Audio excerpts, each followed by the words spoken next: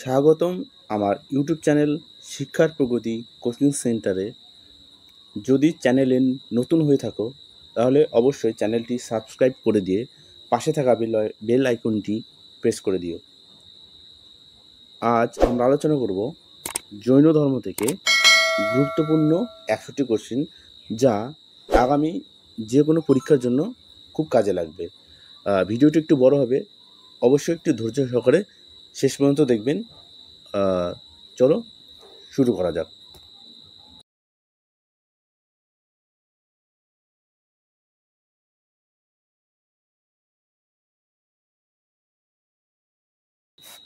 প্রথম কোশ্চেনটা আছে আমাদের, মহাবীর জন্মস্থান কোথায়? মহাবীরের জন্মস্থান হচ্ছে কুন্দগ্রাম বা বৈশালী। বর্তমানে বিহারের বৈশালী রাজ্যের মহাবীরের জন্ম হয়। দ্বিতীয় কোশ্চেন আছে, মহাবীরের জন্মবর্ষ কোনটা?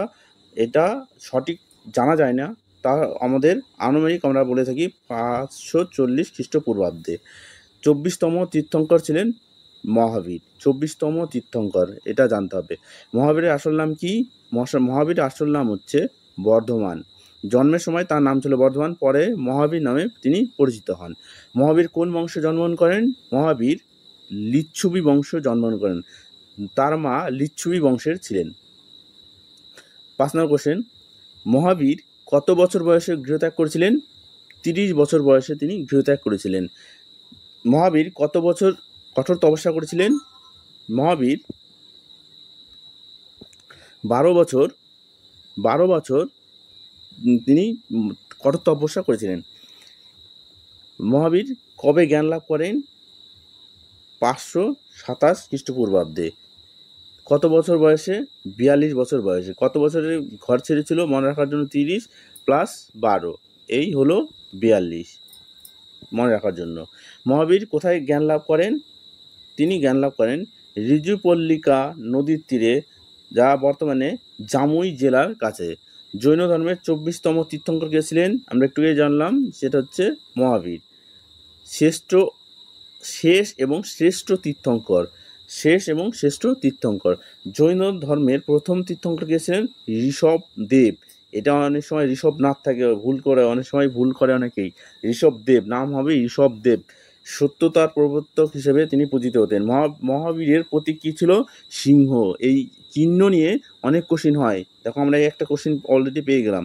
মহাবীরের প্রতীক কী হয়? সিংহ। প্রতিটি তীর্থঙ্কের নিজস্ব প্রতীক আছে। প্রথম তীর্থঙ্কের প্রতীক কি? ষাঁড়। প্রথম তীর্থঙ্কের নাম কি বললাম আমরা? ঋষভদেব।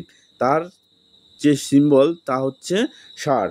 আর আমরা মহাবীরেরটা কি পড়লাম? সিংহ। চলো এবার, জৈন ধর্মের মূল বাণী কি? জৈন ধর্মের মূল বাণী হচ্ছে অহিংসা পরম ধর্ম। অহিংসা পরম ধর্ম, সকল প্রাণীর প্রতি করুণা। জৈন ধর্মে ধর্মপ্রচার কোন ভাষা করা হতো? প্রাকৃত ভাষা, পালি কিন্তু না, ঠিক আছে। জৈন ধর্মের প্রধান শাখা কয়টি? জৈন ধর্মের প্রধান শাখা 2টি, একটা শ্বেতাম্বর, একটা দিগম্বর। এই শ্বেতাম্বর হচ্ছে শ্বেত বস্ত্র ধারণ করতে বলে শ্বেতাম্বর বলা হয়, আর দিগম্বরটা হচ্ছে পূজা অর্চনা করতো। আর এরা বস্ত্র পরিধান করতো না। পোশাক ব্যবহারের ভিত্তিতে বিভক্ত করা হয় এদের। দিগম্বর সম্প্রদায় বলা হতো যারা বস্ত্র ত্যাগ করতো। দিগম্বর মানে আকাশকে বস্ত্ররূপে গ্রহণকারী। শ্বেতাম্বর সম্প্রদায়ের বৈশিষ্ট্য, এরা সাদা পোশাক পরিধানকারী। শ্বেতাম্বর অর্থ হচ্ছে সাদা বসনধারী। চলে আসো 18 নম্বর কোশ্চেন, মহাবীরের পিতার নাম হচ্ছে কি? সিদ্ধার্থ। মহাবীরের মাতার নাম হচ্ছে ত্রিশলা। ইনি ছিলেন হচ্ছে কোন রাজবংশের? লিচ্ছবি রাজবংশের রাজকন্যা, লিচ্ছবি বংশের কন্যা। মহাবীরকে আর কি নামে ডাকা হতো? নিগ্রন্থ, কারণ তিনি সমস্ত বন্ধন ত্যাগ করেছিলেন। নিগ্রন্থ। মহাবীরের মহাপরিনির্বাণ কোথায় ঘটে? পাবা নগরী স্বেচ্ছা মৃত্যুবরণ করেন তিনি, বর্তমানে যেটা বিহারের রাজগৃহের কাছে। মহাবীরের মৃত্যুকালীন বয়স হচ্ছিল কত? 72, মানে 72 বছর বয়স। 46 বছর বয়সে তিনি ধর্মচার শুরু করেছেন। জৈন ধর্মের প্রধান লক্ষ্য কি? মোক্ষ লাভ। জৈন ধর্মের প্রধান লক্ষ্য মোক্ষ লাভ। প্রায় প্রত্যেকটা ধর্মেরই লক্ষ্য হচ্ছে মোক্ষ লাভ।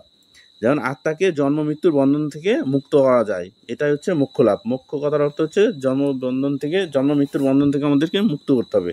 জৈন ধর্মে আত্মাকে কি বলা হতো? জীব। আত্মাকে কি বলা হতো? জীব। জীব অর্থাৎ চৈতন্য সম্পন্ন সত্তা, চৈতন্য সম্পন্ন। যে আমরা যে বেঁচে আছি, আমাদের যে চৈতন্য বলে, তোমার কি চৈতন্য হয় না? তো এই চৈতন্য শব্দের অর্থ হচ্ছে আত্মা। জৈন ধর্মে জড় বস্তুকে কি বলা হতো? অজীব। অজীব।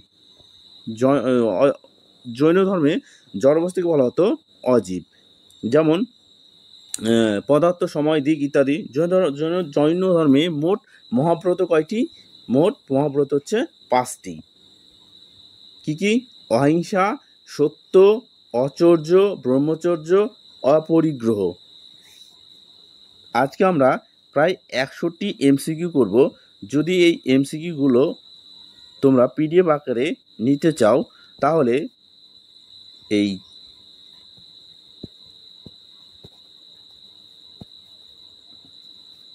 এই নাম্বারে হোয়াটসঅ্যাপ করবে, তাহলে আমি এটা গ্রুপে দিয়ে দেবো।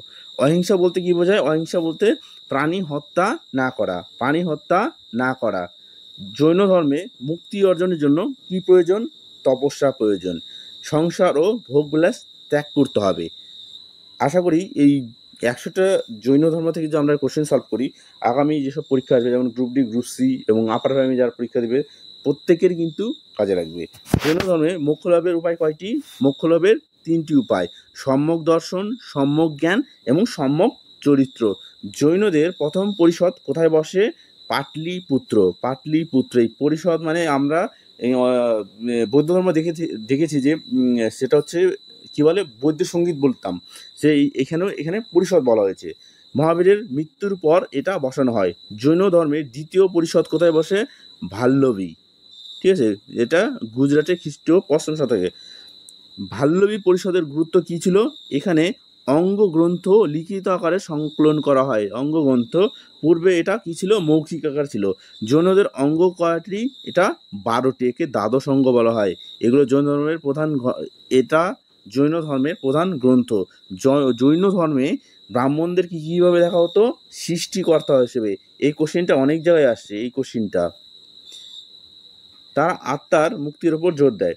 মহাবীর জিন বলা হয় কেন? মহাবীরকে জিন বলা হয় ইন্দ্রিয়কে জয় করেছিলেন বলে, তাই মহাবীরকে জিন বলা হয়।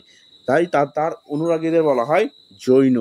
তাই তার অনুসারীদেরকে বলা হয় জৈন। জৈন ধর্মে তীর্থঙ্কর বলতে কি বোঝায়? পথ প্রদর্শক। যারা আমাদেরকে পথ দেখিয়ে এগিয়ে নিয়ে যায় তাদেরকে পথ প্রদর্শক বলা হয়। যেমন আমাদের প্রত্যেকটি গুরু বা শিক্ষক মহাশয়রা যেরকম, তাদেরকে আমরা পথপ্রদর্শক বলে থাকতে পারি, বা তাদেরকে আমরা তীর্থঙ্কর বলতে পারি, যারা মোক্ষের পথ দেখান। মহাবীর কোন ক্ষত্রিয় গোত্রে জন্মগ্রহণ করেছিলেন? জ্ঞাত্রিক। কোনটা? জ্ঞাত্রিক। তাই তাকে জ্ঞাত্রীপুত্র বলা হতো। জৈন ধর্মে মূর্তি পূজার প্রচলন কখন শুরু হয়? মহাবীরের সময় না পরকালে? প্রথম দিকে মূর্তি পূজা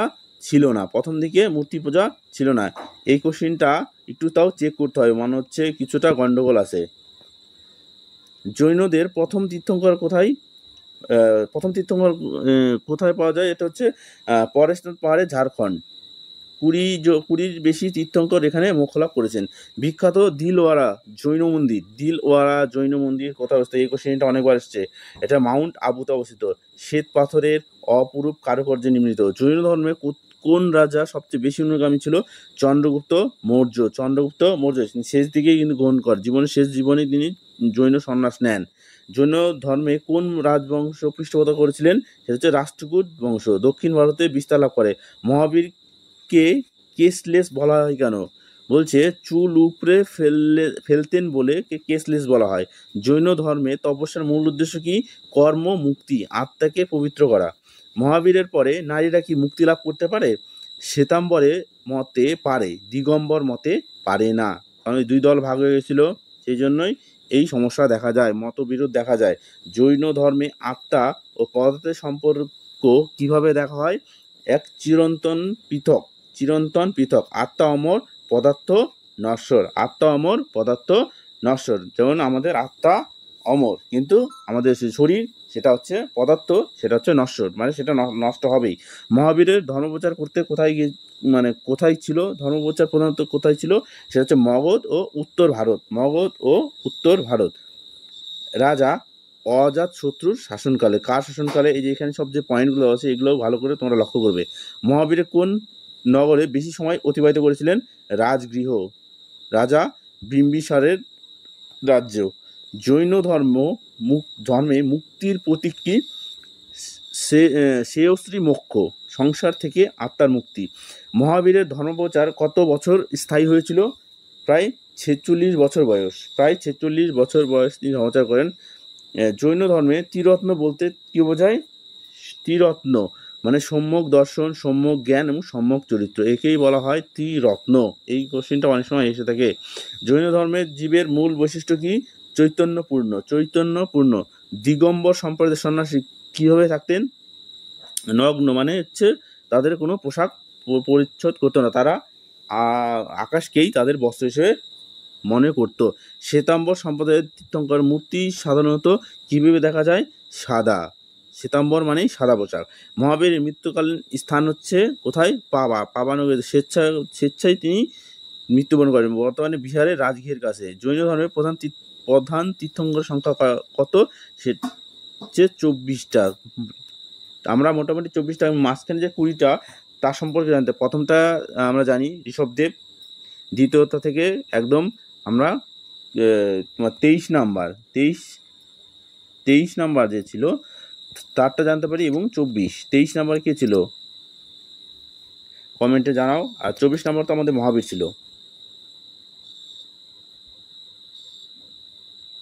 মহাবীর কে আর কি নামে ডাকা হতো? নিগ্রন্থ আমরা একটু পড়লাম। জৈন ধর্মের প্রধান শাখা কোনটি? শ্বেতাম্বর, দিগম্বর। জৈন ধর্মের অহিংসার কারণ কি? প্রাণী হত্যা না করা। জৈন ধর্মে ব্রহ্মচর্য মানে কি? ইন্দ্রিয় সংযম করা। জৈন ধর্মে ব্রহ্মচর্য মানে হচ্ছে ইন্দ্রিয় সংযম করা। সম্যক জ্ঞান বলতে কি বোঝায়? সব জানার ক্ষমতা। সম্যক চরিত্র মানে ভালো কাজ করা। জৈন ধর্মে নারীরা মুখোরা পড়তে পারে? শ্বেতাম্বর মতে পারে, দিগম্বর মতে পারে না। জৈন ধর্মে আত্মপদার্থ কেমন হয়? পৃথক হয়। একটু আমি পড়লাম। জৈন ধর্মের প্রধান ধর্মগ্রন্থের নাম কি? আগম। মহাবীর কোন বয়সে তপস্যা শুরু করলেন? 30 বছর বয়সে।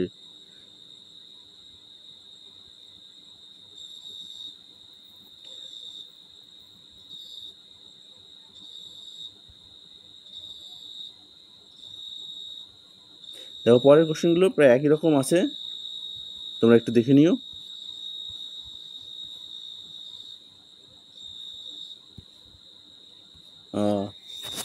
ভিডিওটি কেমন লাগলো অবশ্যই কমেন্ট বক্সে জানাবেন। আর যদি ভালো লাগে অবশ্যই একটি লাইক ও কমেন্ট করবে এবং ভিডিওটি শেয়ার করবে যাতে অন্যদের কাজে আসে। ধন্যবাদ সকলকে।